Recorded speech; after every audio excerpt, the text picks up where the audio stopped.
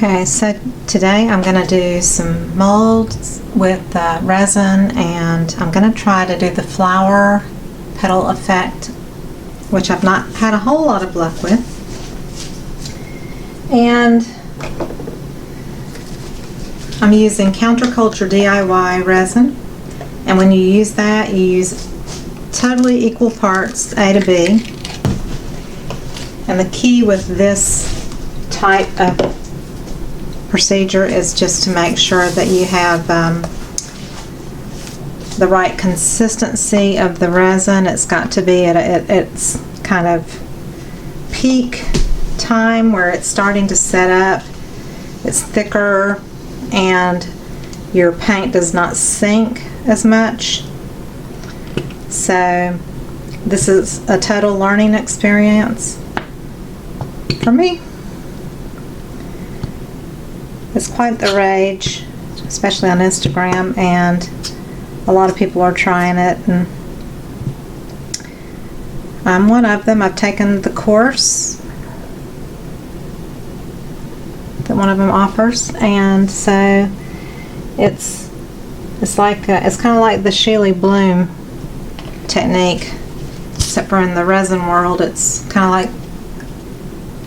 like going after that elusive thing that you want to do, and you're trying to accomplish it, but it's not always super easy. So, and I'm trying to decide what I want in the center. I may go with this. It's really beautiful. It's called Ultra Gold Brass. It's by advancedmetallics.com. And I'm going to be using white in my resin. This is Resin Epoxy Pigment Paste Angel White. The Counterculture, this is a medium viscosity. No VOCs, even though I do wear a respirator, safety goggles. It's just always good to take extra precautions when you're using chemicals that are reacting with each other and you're heating them, that kind of thing. It just is smart to be extra cautious. And I also have a few things I want to put a floating kind of top coat on over some painted stuff that is resined, and you'll be seeing me do that in this video as well, just kind of on the side. They may be a part of another video.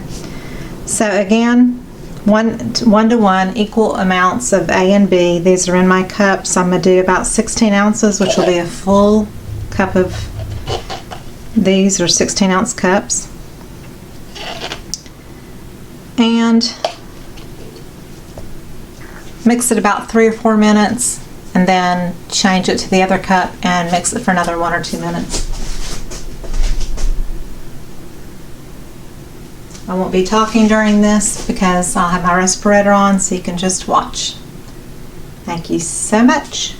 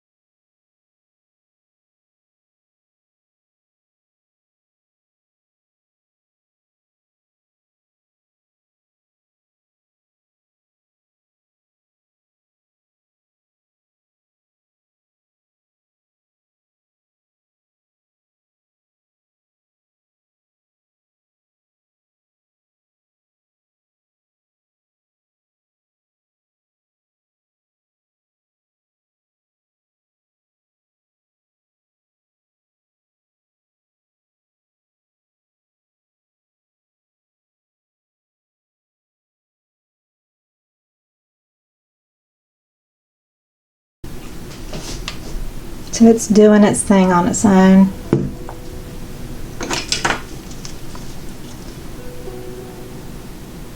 I'm not going to try to, I don't think I'm going to try to heat it or anything.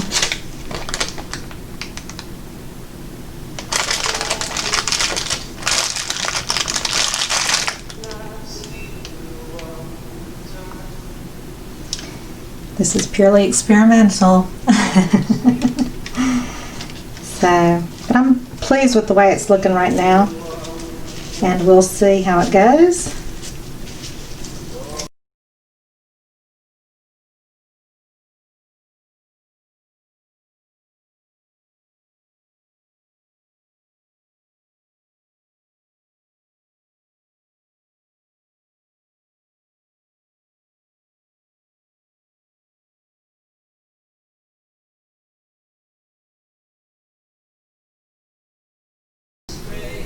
Okay, I'm going to cover this up so it can cure.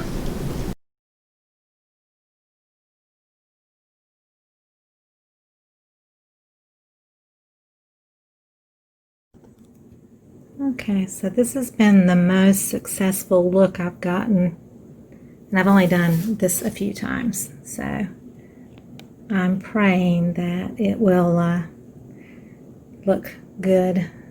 On the other side, I've got a lot of that gold in the middle, and it's going to spread out on the reverse side, I know, but anyway, it's looking pretty on this side, so I can't complain.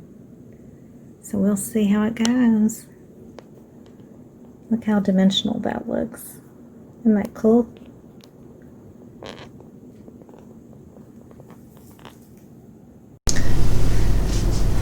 Okay, so they're beautiful on the top. They've been sitting for, I would say, 3 to 4 hours, and they're already set up. I mean, they're not fully cured, but they're cured enough to where I can release them from their molds, and I am super excited. I don't care what the back side looks like, to be honest. I just love the tops already. I just see great potential for these. So I got to get in all the little nooks and crannies here.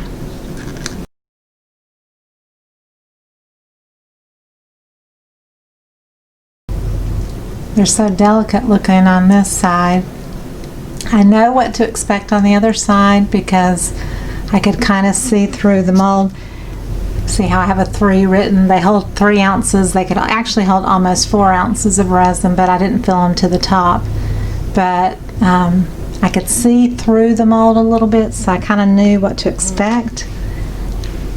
But I love this top side, and I'm content with that. But here is the bottom, and each one's going to look different. So there's that one. But I love the delicate petals in the middle. These are definitely going to get gold edges.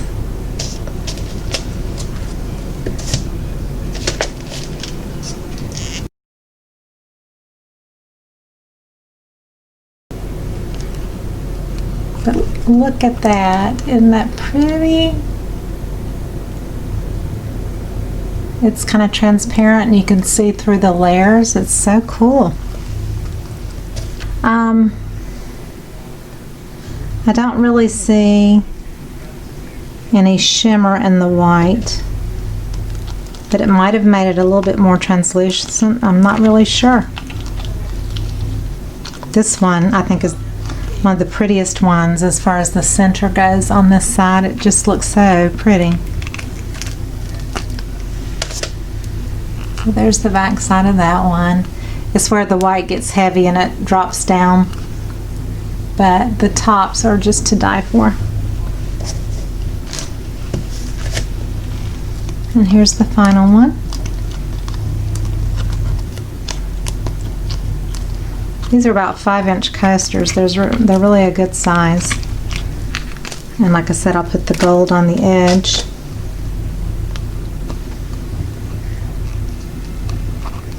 There's that one.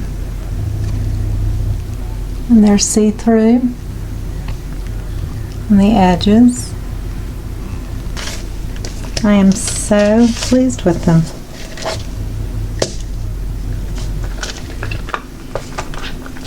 This is my favorite one right there because of that shape. But they're all beautiful. And it's funny how each of them have a little bit different look. So yeah, if you look up close, you can see the little petals. It's just that the heavy white dropped to the bottom. But I almost got it. I almost got it right, but not totally. But that's okay. I'm going to try a different method this time. I'm going to take the liquid gold,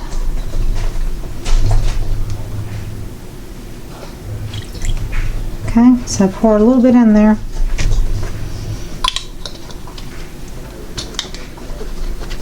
But I want to add some mica powder to it to see if I can change the tone of it a little bit.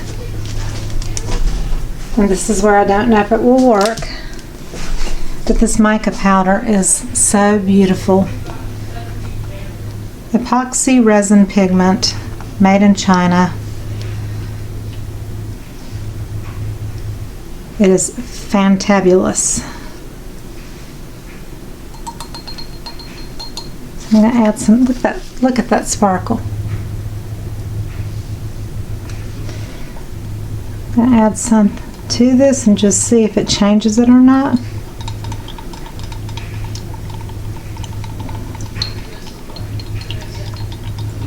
Because I want more of a yellow gold. And then the other thing is I have some brush leaf, interior gold leaf. It's oil based, but it's a different color.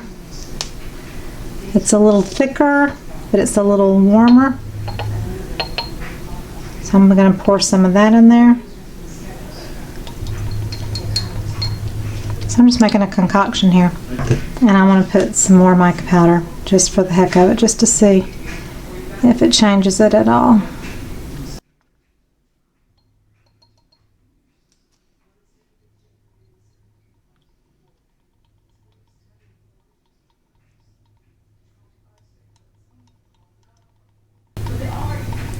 So that definitely gave it some shimmer, which is a good thing.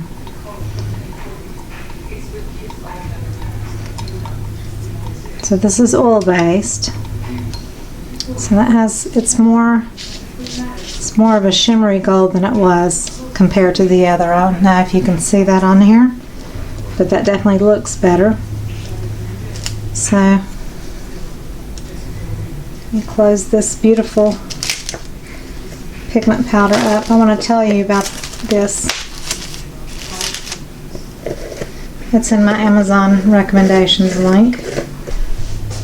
So I'm going to try this out. It's not very thick. Now the one thing I wanted to do is I got some of that powder on here. I wanted to clean that off first.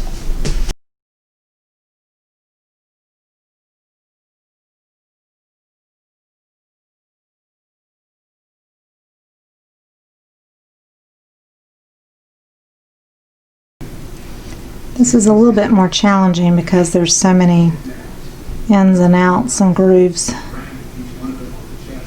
So you want a really good quality brush.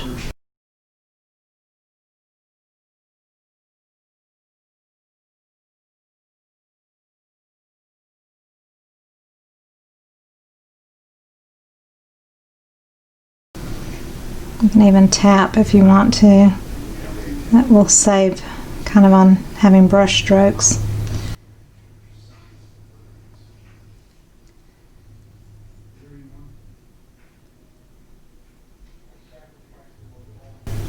It doesn't really make brush strokes if you do it. If you put it on thick enough and where it's not dripping.